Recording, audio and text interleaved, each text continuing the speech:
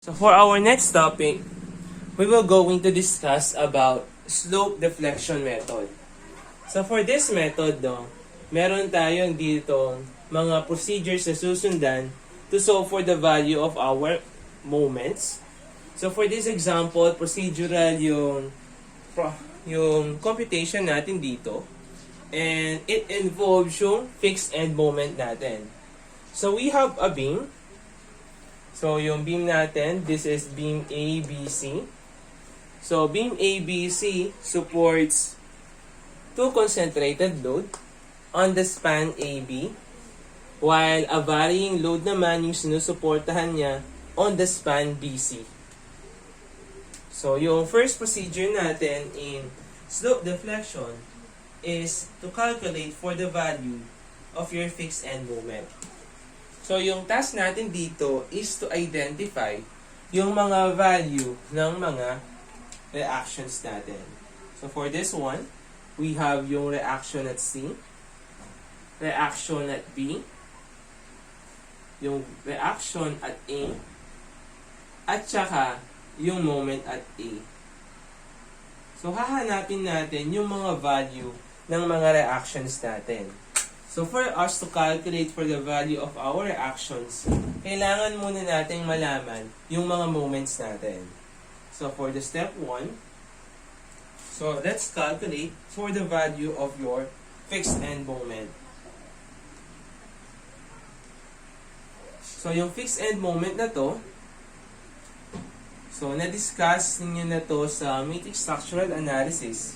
But for now, uulitin natin yung procedure natin. So, nasa table yung mga different loadings, tapos yung mga different formulas na pwede nyong kabisaduhin or pwede nyong gamitin yung general formula natin for concentrated load. So, for this part, consider muna natin yung span AB. So, i-isolate natin yung span natin sa AB. So, tapos, i-assume natin na both ends are fixed. So, ito yung span AB natin. So, yung assumption natin, both ends are fixed. So, ikukulong natin yung beam natin. So, this is beam span AB. So, sa span AB natin, we have two concentrated loads. So, first, yung 10 kN natin. And yung sumunod naman is our 8 kN. So, for this one, meron tayong 2 meter, tapos 3 meter, tapos 1 meter. And yung total span natin is equals to 6 meter. So, we have a span here. So, for this span, meron tayong tinatawag na FEM, or the fixed end moment. Since kinulong natin yan, magkakaroon tayo dyan ng fixed end moment. So, for the part dito, dito sa support A natin, so we have fixed end moment. So, yung point na to, at papunta doon. So, FEMAB. So, dito naman, since yung pinoconsider natin is point B, so that will become FEM, point B to A. So, yung orientation natin for the fixed end moment, yung clockwise is always positive, counterclockwise naman is negative. So, for this one, for span AB, in calculating for the value of your FEM AB, so yung formula natin for concentrated load, so we have general formula. So, yung general formula na yun, applicable siya sa mga concentrated load.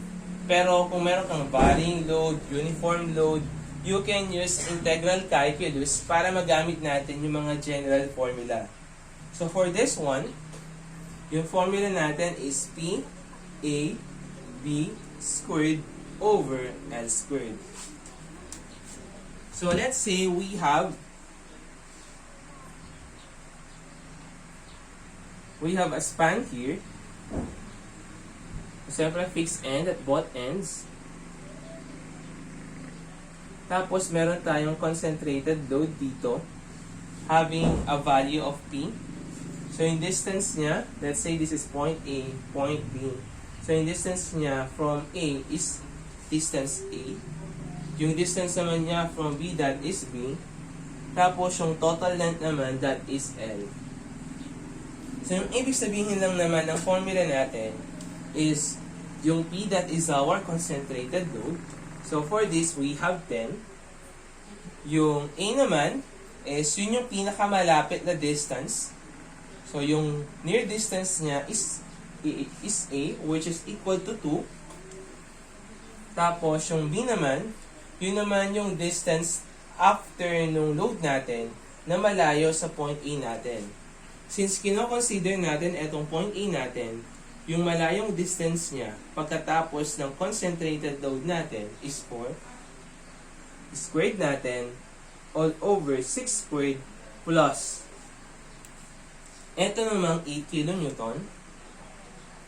multiplied by, so yung A natin dito o yung distance niya at support A that is equal to 5 times 1 squared over 6 squared. So the value of your FEMAB is now equal to 10 kilonewton meter.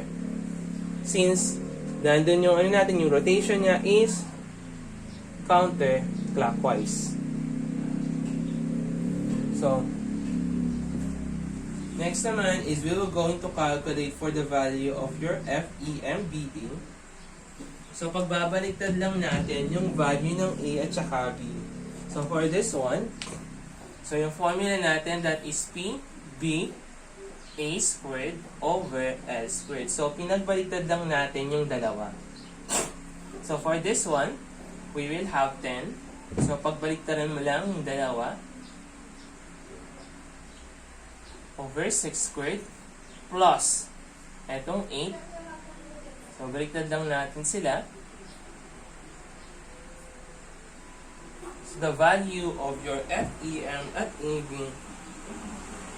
is equal to 10 kilonewton meter. So yung rotation niya based on the figure is clockwise. So next, we are going to consider yung segment BC natin. So for the segment BC, we have a load which is we have a span which is equal to 4 meter.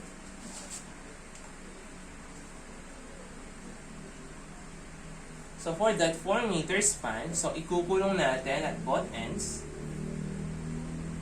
Tapos meron tayong varying load. So yung varying load na yon, meron siyang intensity na 6 kilonewton per meter. And this is point B and this is point C. So siyempre, meron tayong mga fixed end moment dyan. So for this part, meron tayong FEM BC. Tapos yung susunod naman, that is our FEM CB. So for this part, let's solve first for the value of your FEM BC. So based dun sa tabulation natin, in computing for the value of your FEM BC, kapag varying yung load natin, so dun sa height ng varying load natin, which is at point B, so the value of your FEM is equals to W L squared over 20. Or kung gusto mo naman, you can use this formula and then you can apply integration para masolve natin yung value ng FEM. Pero since madali lang namang i-memorize yung formula, i-memorize na lang natin siya. So since yung L natin is 4 squared over 20, so the value of your FEM is equal to 4.8 kilonewton meter. Siyempre, it is counterclockwise. So yung FEM CB natin, madali din naman yan. So CB is equals to, dito naman sa zero intensity, so that is WL squared over 30. So the value of your W here is 6. Your length is 4. squared over 30. So the value of your FEMCB is now equal to 3.2 kilonewton meter. Siyempre, that is clockwise. So, after solving for the value of your FEM, so we will going to solve for the value of your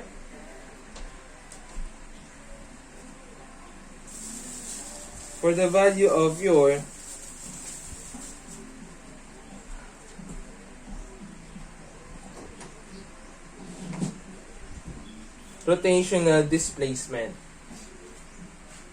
So kapag sinabi natin rotational displacement, ito yung tinatawag natin. So this symbol or delta all over L, or yung vertical displacement ng support natin all over yung length ng span natin. So ito yung tinatawag nating rotational displacement. Pero for this example, since wala tayong settlement ng mga support natin, wala tayong rotational displacement. Kasi let's say, magkakaroon tayo ng settlement at point B. So sabihin natin na magsasettle yan at certain distance, dun pa lang natin maa-apply yung formula natin. So for this one, i-skip lang natin yung step B natin, and we will going to proceed to another step. So, yung step 3 natin, that is our formulating yung slope deflection equation natin.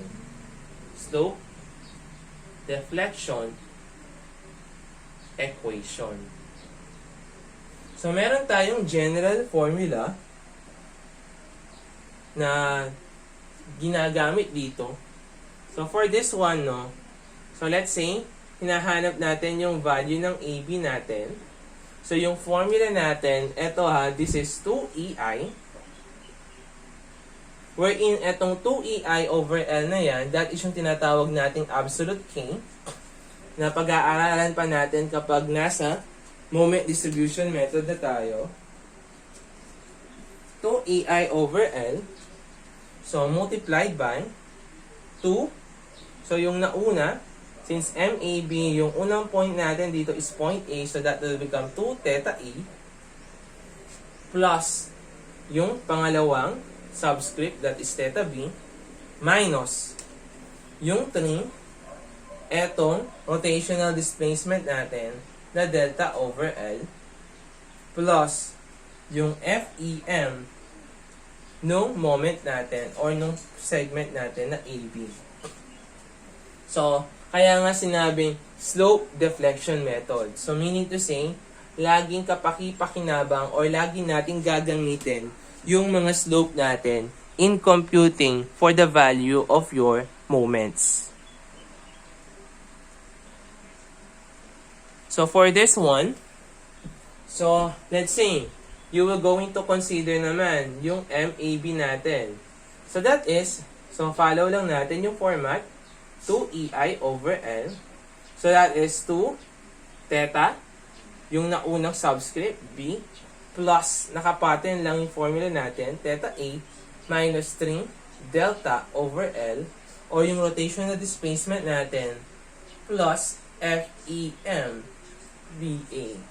Since wala tayong rotational displacement, so the value of yung value natin dito is equals to 0. So for this one, let us solve for our slope deflection equation. Ifo-formulate natin yan. So first of all, we will consider first yung segment AB. So, segment AB muna tayo. So, MAB is equals to 2EI over L. So, we have 2 theta A plus theta B minus 0. Kasi nga wala tayong rotational displacement. Minus. So, yung orientation natin dito or yung convention natin dito, kapag counterclockwise, that is negative. So, lahat ng mga counterclockwise natin, yung value niya is negative. So, we will have negative 10. So, kung aayusin natin yung slope deflection equation natin, so MAB is now equal to, so yung L natin dito, that is equal to 6. So, we have 2/3 of EI theta A plus EI theta B all over 3 minus 10. So, this will now become our equation number 1. So, susunod naman is yung moment natin at BA. So, that will become 2EI over L, which is yung L natin, that is 6. Follow lang natin yung pattern. So, that will become 2 theta B plus theta A. So, minus 0 plus yung FEM natin sa BA, which is equal to 10. So, kung aayusin natin yan, so we have, so, yung value natin dyan is 2EI theta B all over 3 plus EI theta A all over 3 plus 10. So that will become your equation number 2. So after span AB, yung span BC naman yung i-consider natin. So for the span BC, so you will have MBC 2EI, yung L niya that is equal to 4, 2 theta B plus theta C. Since wala tayong rotational displacement, kaya 0, minus yung BC natin, that is negative 4.8. So the value of your MBC is now equal to EI theta B plus EI theta C all over 2 minus 4.8. So this will now become your equation number 3. So susunod naman, the value of your MCB, so that is 2EI over L. So that will become 2 theta C plus theta B plus etong value natin na 3.2. So kung aayusin natin yan, we have MCB is equal to EI theta C plus EI theta B all over 2 plus 3.2. That is our equation number 4. So, yan yung mga slope deflection equations natin. So, meron tayong na-form na 4 na slope deflection equation. So, for this part, no, after writing the slope deflection equation, so, ko-consider naman natin yung mga joints conditions natin at saka equilibrium equation para ma-simplify natin etong mga slope deflection equation natin. So, for this one, we will going to consider yung mga supports natin. So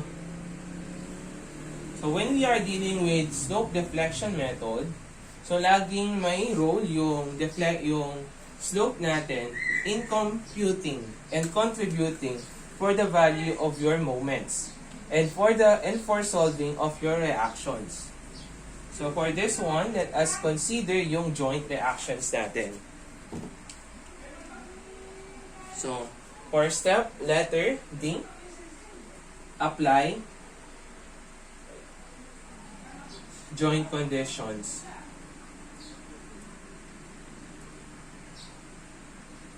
and equilibrium equations.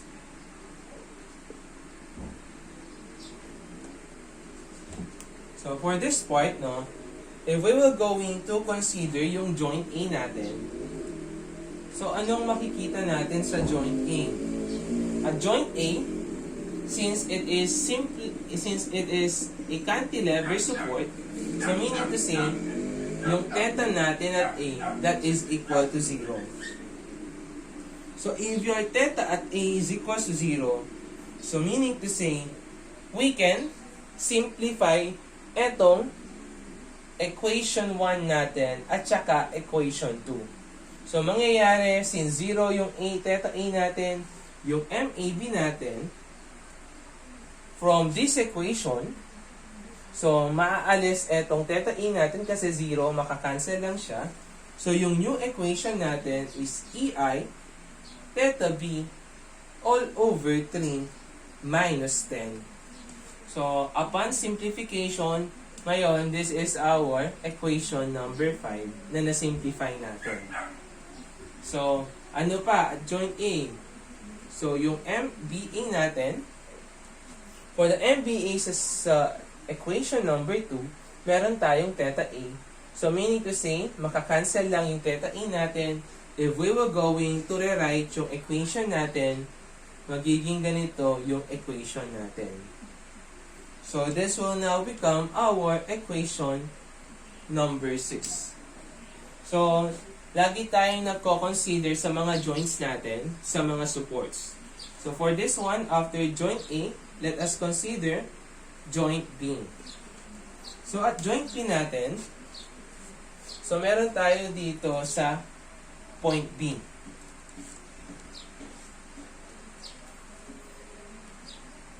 So sa mga internal support natin, so meron tayong internal support dito. Ito yung support B natin. So yung tendency, nandito yung support natin. So magkakaroon tayo dyan ng mga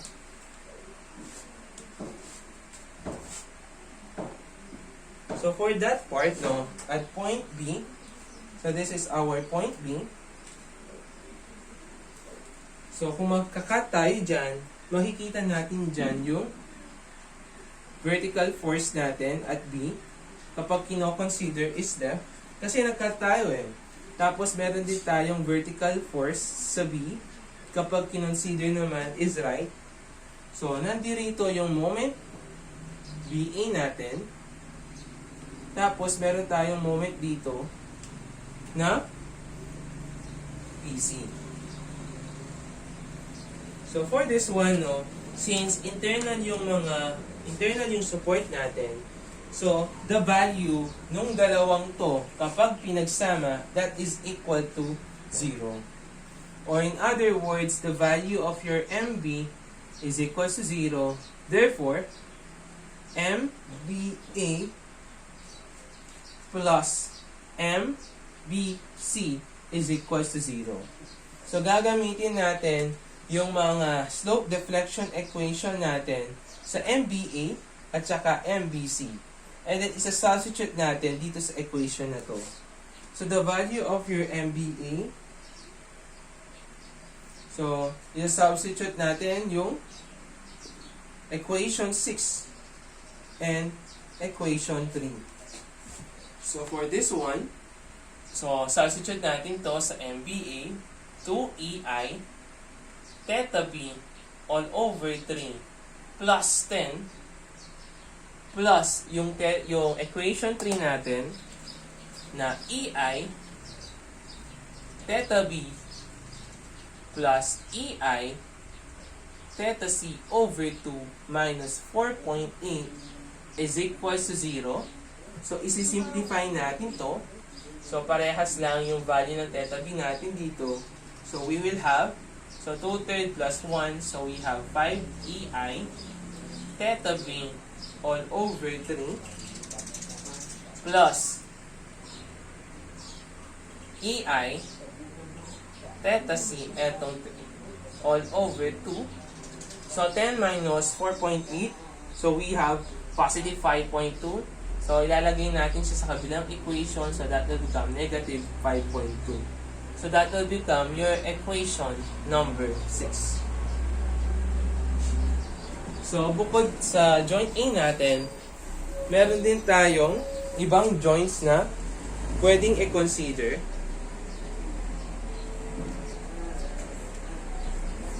So, ko-consider naman natin yung susunod na joint natin, which is joint C. So, let us consider yung other joint natin. So, yung joint C naman natin, yung i-consider natin. So, joint C. So, it is obviously at joint C. Wala naman tayong value ng moment dyan. So, the value of your MCV is equals to 0. Since exterior yung support natin. So, for that,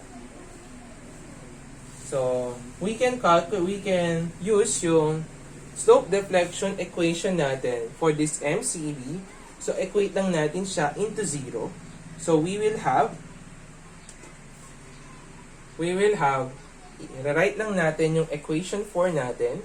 So, we will have EI theta C plus EI theta B all over 2 equals, so, etong 3.2 natin, lagay natin sa kabila kasi yung MCB natin, mag-0 yan. So, you will have negative 3.2. So, that will become your equation number 8. So, since na in terms na natin into theta C at saka theta B, etong mga equations natin, so dalawa na lang yung unknowns natin, which is yung theta C, theta B, theta C, theta B. So, we can solve for the value of your theta C and theta B considering equation 7 and 8. So, equate. So, we will equate equation 7 and 8 using mode 5.1. So, we will have the value of your EI theta B and the value of your EI theta C. So, for this one, sa pag-aayos ng mga equations natin, so, unahin na lang natin etong theta B natin para maging maayos lang. So, this will now become EI theta B over 2 plus etong EI theta C.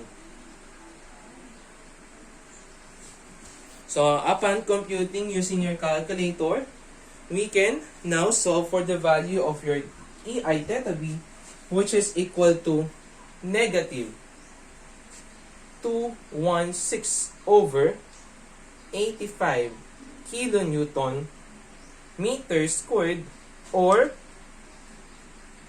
positive 216 over 85. So, lagay mo lang yung direction niya na counterclockwise. So, yung EI theta C mo naman, that is equal to negative 165 over 85. Negative 165 over 85 kilonewton meter squared, or positive 165 over 85. Tapos, indicate mo lang yung rotation niya na counterclockwise. So, meron na tayong value ng EI theta B. We have already the value of your EI theta C. So, we can now solve for the values of your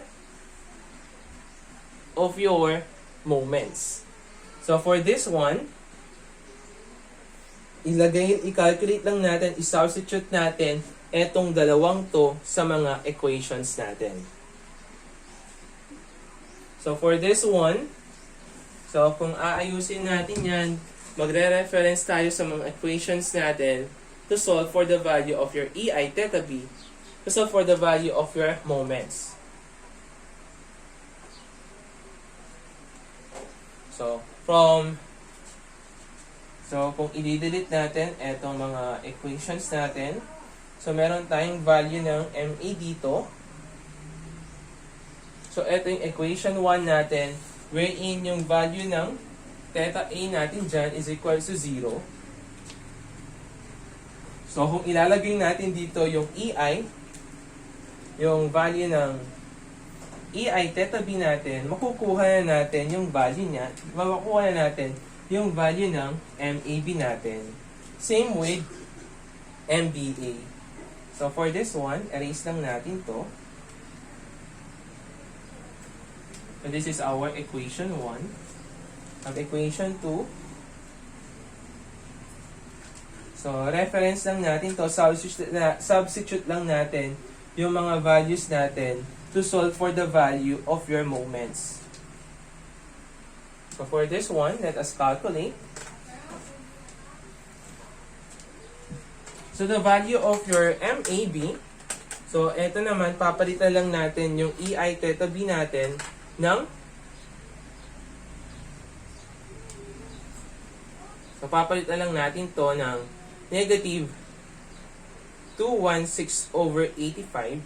So, we can now calculate for the value of your MAB. So, the value of your MAB is now equal to negative 922 all over 85 kilonewton meter, or so 922 over 85 kilonewton meter. So indicate mo lang yung rotation, since negative yan, that is counterclockwise. So, susunod naman yung MBA natin. So, you can use and you can refer for this equation sa equation 5 at saka 6 natin to solve for MBA. Pero for this now, ito na lang yung gamitin natin. So, 0 yan. Substitute mo lang yung value ng EI theta B natin na negative 216 over 85. So, you can now calculate for the value of your MBA, which is equal to positive 706 all over 85 kilonewton meter. Since positive siya, therefore yung rotation natin is clockwise. So yung MBC naman natin, so you can calculate for that. So yung value, ilagay lang natin yung value ng EI theta B natin, which is equal to negative. So this is negative 216 all over 85. Substitute mo din yung value ng EI theta C, which is equal to negative 165 all over 85. So the value of your MBC is equal to negative 706 all over 85 kilonewton meter, or 706 over 85 kilonewton meter. Just indicate the direction. And the value of your MCB, since it is an external support, is equal to 0. So, ganun lang naman yung principle natin. And to check kung tama ba yung mga pinagagawa natin, so, going back from joint B, dapat yung summation ng MBA natin and MBC natin, that must be equal to 0. So, kung i-compare natin yung dalawang values natin, so, meron tayo dito 706 over 85 sa MBA, negative 706 over 85 naman sa MBC. So, meaning to say, tama yung naging procedure natin and tama yung mga answers natin. Kasi nga, nag-zero yung summation ng dalawang yan, conforming to our equation na MBA plus MBC is equals to 0.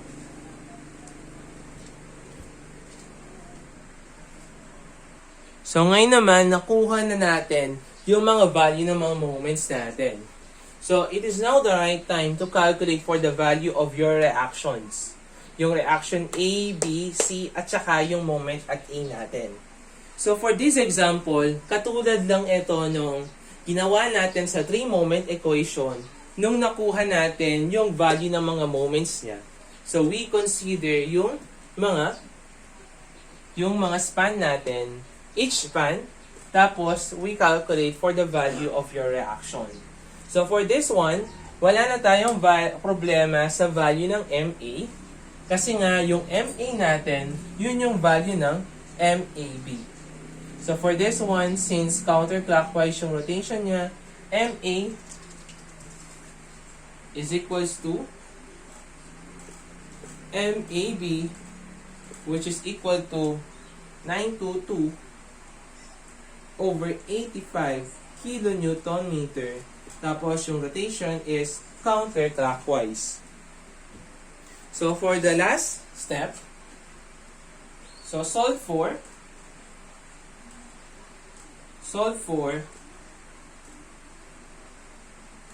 the reactions. Siyempre, we will going to consider, first of all, consider span AB muna. So, you will going to consider span AB. So, gagawin natin yan is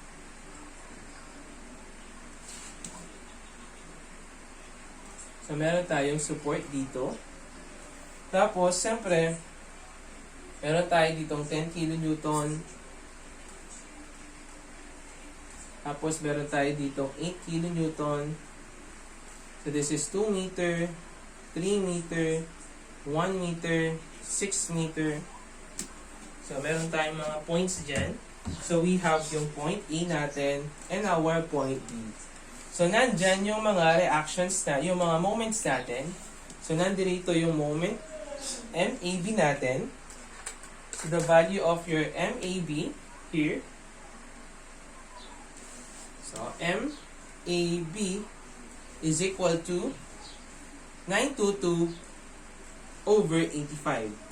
Next naman, dito sa B natin, so we have MBA, which is equal to 706 over 85. So, for this one, meron tayo dito na reaction at B and yung reaction at A natin. So, for this one, solve muna natin yung value ng reaction at A. To solve for the value of your reaction at A, so yung gagawin natin dyan is, we're going to take summation moment at B is equals to 0. So that is, clockwise is positive. So you will have, so RA multiplied by 6 plus etong moment natin na 706 over 85 minus yung moment natin dito sa MAB na 922 over 85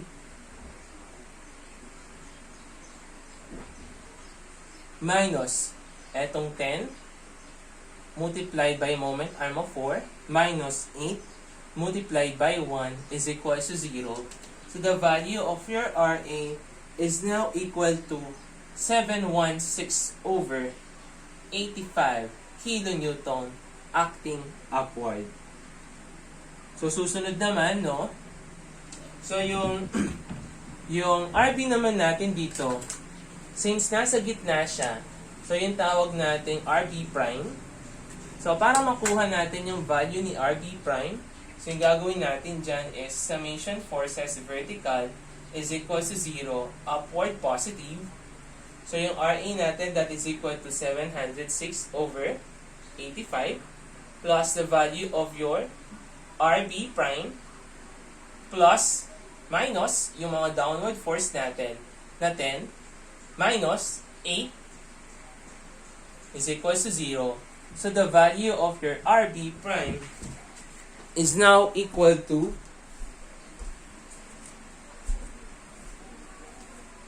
so that is equal to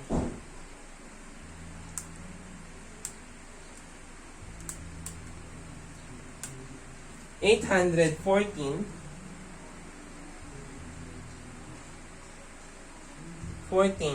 over 85 kilonewton acting upward.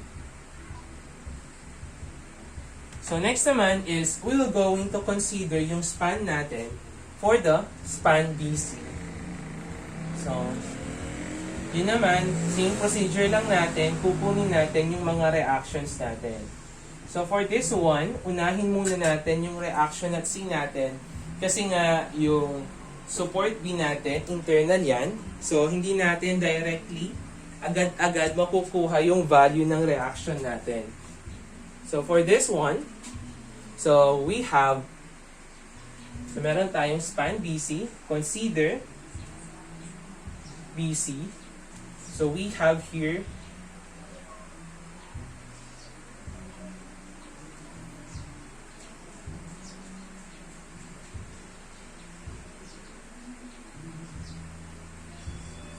so meron siyang 6 kN per meter 4 meter. Tapos meron tayong point B, meron tayong point C. So ika-calculate natin yung value ng mga reactions natin dyan. So sabi ko nga kanina, unahin nating isolve yung value ng RC natin. So this is yung RC. Tapos ito yung RB double prime natin. So siyempre, nung nag-cut tayo dyan, so meron tayong value dito ng moment. So ito yung MBC natin, which is equal to, yung rotation niya is counterclockwise na may value na 706 over 85. So for this one, we will take summation moment at B. Summation moment at B is equal to 0. And dito naman, yung value ng moment natin is equal to 0. Kasi nga, external support. So that will become counterclockwise positive.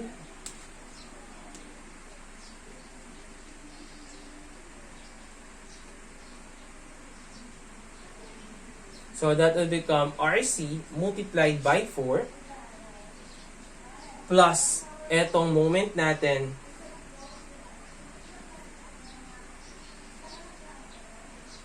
na 706 all over 85 minus etong varying load natin, imo-moment natin siya at point B. So you have 1/2 of 6 multiplied by 4 multiplied by the moment arm of 1/3 of 4 is equals to 0. So the value of your RC is now equal to 327 over 170 kilonewton upward. So for this one, we can solve and we can calculate for the value of your RB prime naman by taking summation forces upward. So if we will going to take summation forces vertical is equals to 0, upward is positive. So we have RB double prime plus yung 327 over 170 minus etong varying load natin na 1/2 of 6 multiplied by 4 is equals to 0. So the value of your RB double prime is equal to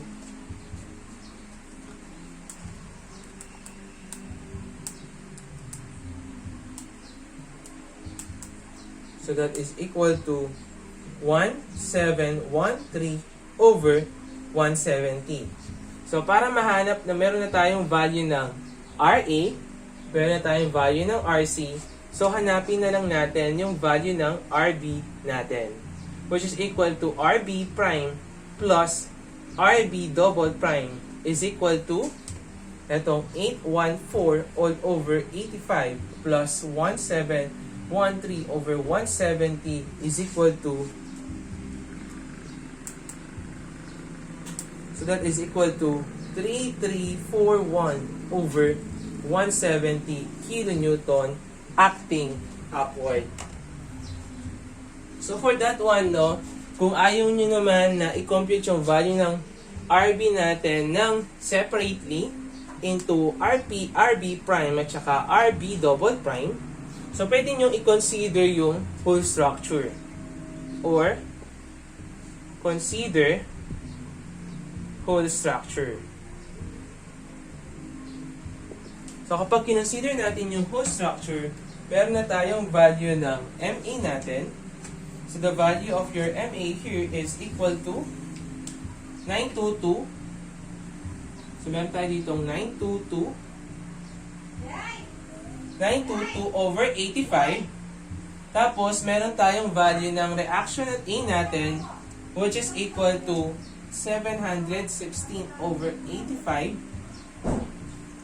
And we have the value ng RC natin, which is equal to 327 over 170. So you can consider the whole structure. So sabihin natin na summation forces vertical is equals to 0, taking upward as positive. So you will have RB, yung hinahanap natin, plus 716 over 85 plus 327 over 170 minus 10 minus 8 minus 1/2 of 6 multiplied by 4 is equals to 0. So the value of your RB is equals to 3341 over 170 kilonewton acting upward.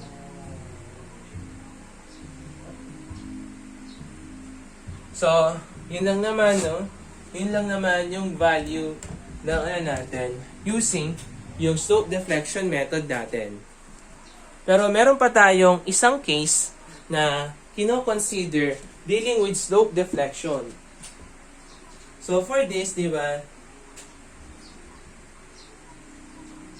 So for this example, so nangyari is, since dito sa support C natin, since it is an external load, so nangyari yung end moments natin dito is equals to 0. So from that, which is yung MCB natin is equals to 0, we can modify yung slope deflection equation natin. Meron tayong other method in computing for the slope deflection kapag yung support mo sa external is a roller.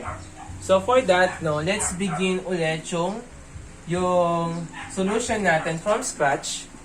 So same lang yung procedure natin. So ito yung alternate solution natin. So for this one, parehas lang naman.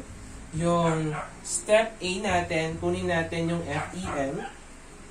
Since parehas lang naman yung mga nakuha natin, so rewrite lang natin yung FEM ng AB na nakuha natin sa first solution, which is equal to 10 kilonewton meter clockwise.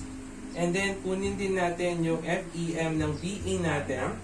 So that is 10 kilonewton meter clockwise. So, ganun din. Ito yung sa segment BC, AB natin. So, susunod naman yung segment BC natin. So, FEM BC, that is equal to 4.8 kilonewton meter counterclockwise. So, FEM CB, that is 3.2 kilonewton meter clockwise. So, next naman is kunin din natin yung slope deflection equation natin. Since nga, di ba, wala tayo dito na settlement, so hindi natin makukuha yung rotational.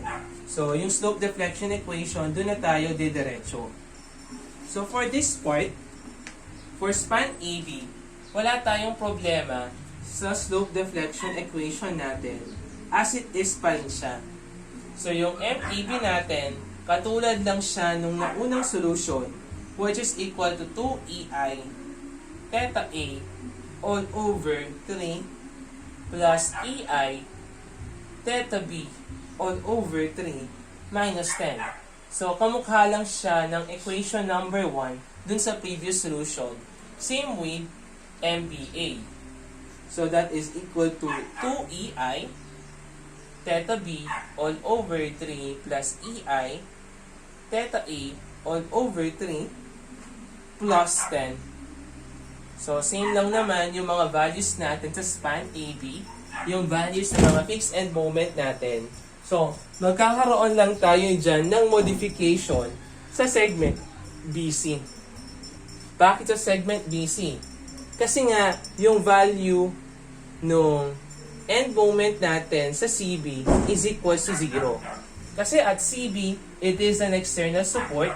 So, at every external support, pwede nating ma-modify yung equation natin. Since yung MCB natin is equals to 0, magkakaroon yan ng effect sa MBC natin that we can use yung modification formula natin, which is equal to 3EI over L. So, yung theta at B natin minus yung settlement all over L plus yung FEM sa BC minus yung FEM sa CB wherein ito all over 2. So, from yung formula natin kanina, di ba? Yung general formula natin is 2EI over L. Kung ko-compute natin yung MBC kanina. So, that is equal to 2 theta B plus theta C minus 3 delta over L plus yung FEM ng BC. But for this one, minodify natin yung MBC natin. Kasi nga yung nangyari, yung value ng MCB natin is equal to 0. So if you will going to use yung modification slope deflection equation natin, same lang naman yung lilitaw. So kung ilalagay natin yung mga formulas natin in that one, so we will have a value of MBC is equal to 3EI. So, the value of your L is 4. Yung theta B mo, hinahanap, minus 0 kasi nga wala tayong settlement, plus yung FEMBC natin, since it is counterclockwise, kaya negative 4.8, plus minus 3.2 all over 2. So, kung aayusin natin yung equation natin, the value of your MBC is equal to 3EI theta B all over 4 minus 6.4. So, this will now become your equation number 3. So, mag-a-apply lang tayo dito ng joint conditions. So, apply joint conditions katulad lang ng procedure natin sa nauna. So, at A, parehas lang. At joint A, the value of your theta A is equal to 0. So, meaning to say, mababago lang yung formula natin dito. So, the value of your MAB is equals to EI theta B all over 3 minus 10. So, next naman, that will become your equation number 4. Then, yung MBA naman natin, that is equal to 2EI theta B all over 3 plus 10. So, that will become your equation number 5. So, at joint B, so, mangyayari dyan, diba? Joint B, yung MBA plus yung BC mo is equals to 0. So, mangyayari niyan is, ilalagay lang natin ngayon, yung MBA, same pa rin siya, which is equal to 2EI, theta B, all over 3, plus 10, plus the modified equation natin, na 3EI, theta B, all over 4, minus 6.4, is equals to 0. So, yung kinagandahan lang nito is, hindi ka na magmamode 5.1. Agad-agad makukuha mo na yung value ng EI theta B natin. Kasi dito sa slope modification formula natin, wala namang ambag, eto, theta C natin. Unlike dun sa slope deflection equation natin, na may ambag sa formula yung theta C natin.